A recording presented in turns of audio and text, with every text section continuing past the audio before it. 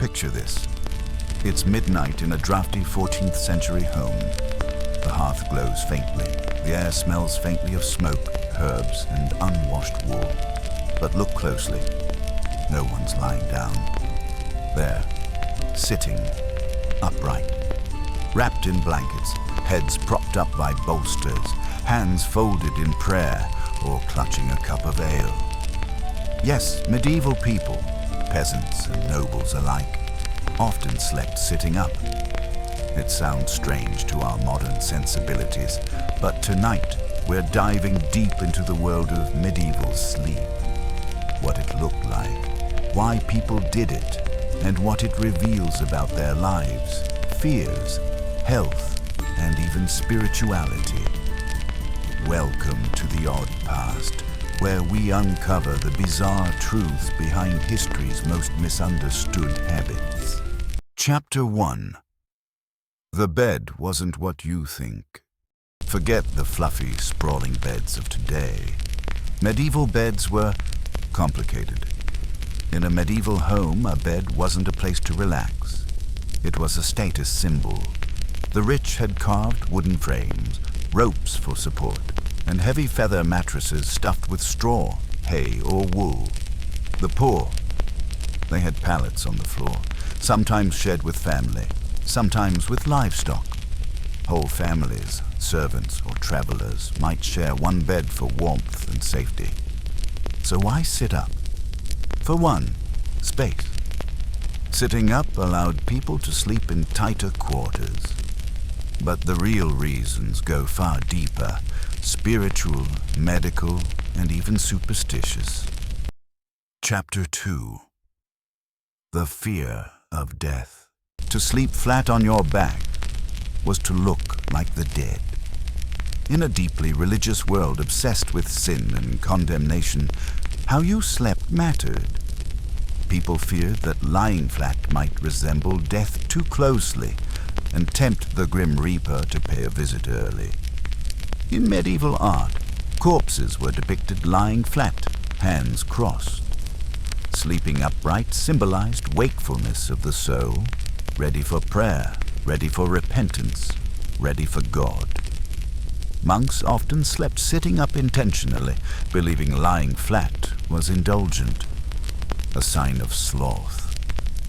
Some even wore belts or slept in chairs to prevent deep, sinful sleep. Sleeping upright wasn't just practical, it was pious. Chapter 3. The medical reasons. But religion wasn't the only reason. The medieval world had some strong medical opinions, many based on the ancient humoral theory of Galen. According to medieval physicians, health was all about balancing your body's four humors: blood, phlegm, yellow bile, and black bile. And posture, even while sleeping, could tip the balance. Lie too flat, and vapors rise from your stomach to your brain, causing madness, bad dreams, and choking. That's right, they believed lying flat was dangerous. It could cause indigestion, nightmares, even death. Sleeping propped up helped digestion and prevented what they called night vapors. Physicians recommended it especially for the elderly or those with weak hearts. Sound familiar? Even today, people with acid reflux or heart conditions sleep elevated. In a strange way, they weren't entirely wrong. Chapter 4. The two-sleep system. Now here's something even stranger.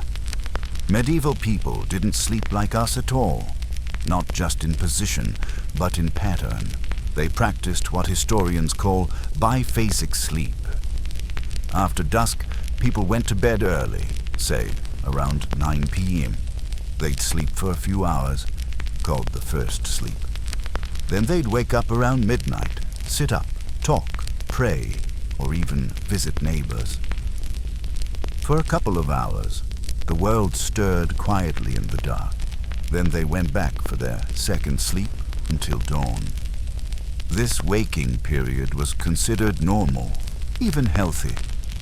and when you're sitting up to sleep.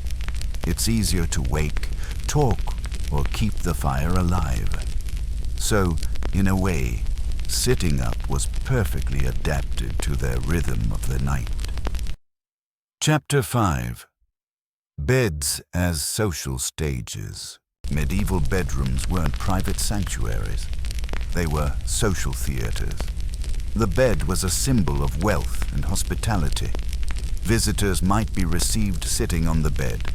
Nobles held audiences from it. Even kings heard petitions from bed.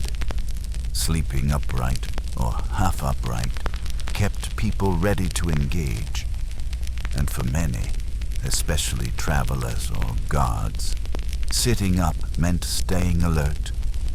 In a world where doors didn't always lock, and danger could come from man or beast alike. Chapter 6. The fire, the smoke, and the cold. Imagine sleeping in a stone house with no insulation and an open hearth. The air is cold, smoky, damp. Lying flat meant your head was close to the floor, where smoke and chill gathered. Sitting up, you were closer to the warmth and light of the fire. Medieval beds often had curtains, not just for privacy, but for warmth and to keep out drafts and vermin. Sleeping propped up helped people breathe better in smoky rooms and stay slightly warmer. Chapter 7. Evidence from manuscripts and art. So how do we know all this? Historians have pieced together the story from art, diaries, and household manuals. Illuminated manuscripts show people in bed, almost always sitting up, sometimes with nightcaps or veils. Letters from the 15th century mention raising the head with pillows, and medieval wills even itemize bed bolsters for sleeping upright. In one 13th century depiction, King Edward is shown sleeping upright, his sword within reach. For nobles and guards, it wasn't just about health, it was about readiness. Chapter 8. Night fears and superstition. The medieval night was alive with fears we can barely imagine today. People believed that demons, witches, and evil vapors prowled in the darkness. Sitting upright was thought to protect the soul from being snatched or ridden by dark spirits in sleep. Flat sleepers, some said, were easy prey, open, defenseless. But sitting up, clutching a rosary or prayer book, you were safe within your fortress of faith and blankets. For many, the bed wasn't a place of total rest. It was a spiritual battlefield. Chapter 9. The slow shift to modern sleep. By the late Renaissance, things began to change. Bedrooms became more private, medical theory shifted, and fireplaces improved. The wealthy began to recline more comfortably, and furniture evolved. Mattresses softened, pillows multiplied. Sleeping flat became a sign of luxury, not risk. It took centuries for the fully horizontal sleep we know today to become normal. But echoes of the past remain. Hospital beds still recline. We prop ourselves up to read, to watch TV, to pray. A faint memory of a world that once feared lying too still. So next time you sink into bed, think the medieval sleeper, upright, alert, whispering prayers into the dark. They lived in a world where faith, fear, and folklore shaped every moment of rest. To them, sleeping sitting up wasn't strange.